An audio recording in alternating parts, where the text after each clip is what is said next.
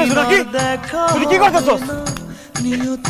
মইরা যাইতাছি, নিজেরে শেষ করে দিতেছি। কে তুই নিজেরে শেষ করতেছস?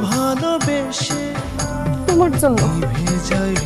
তুমি আমার ফুফাতো ভাইটা জানার পরেও আমি অবুঝ করে তোমার ভালোবাসছি।